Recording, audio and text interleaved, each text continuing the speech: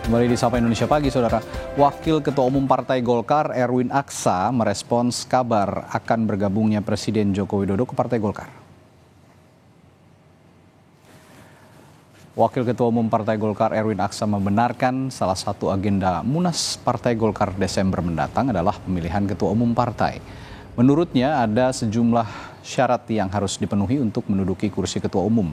Di antaranya mulai dari pernah menjadi pengurus Partai Golkar selama 1 periode penuh, hingga terus-menerus menjadi anggota Partai Golkar selama 5 tahun.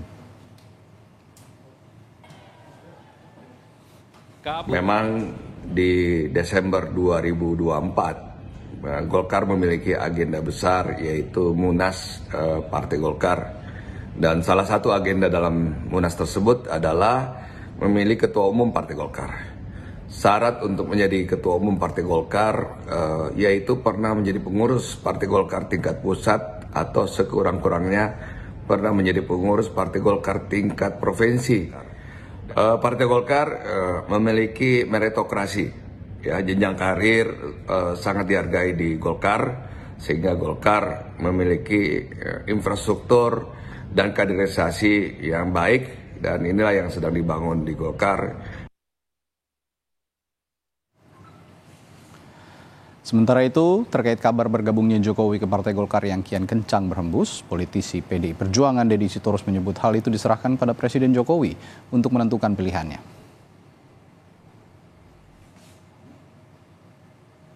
Ya, Jokowi suka-suka dia mau jadi kader mana, kader siapa yang dia penguasa tertinggi.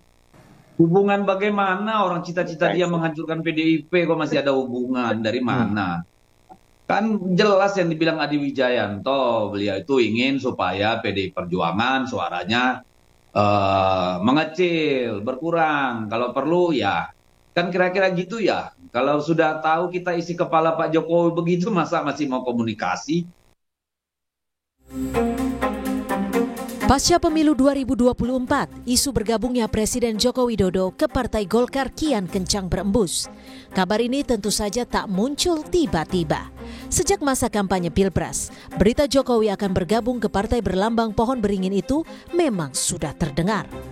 Spekulasi ini muncul seiring hadirnya Jokowi di acara Partai Golkar, serta pertemuannya dengan Ketua Umum Partai Golkar Erlangga Hartarto sehari jelang debat Pilpres. Dan yang tak kalah memancing spekulasi, yakni ketika Jokowi mengenakan dasi kuning saat hendak bertolak ke Jepang Desember tahun lalu.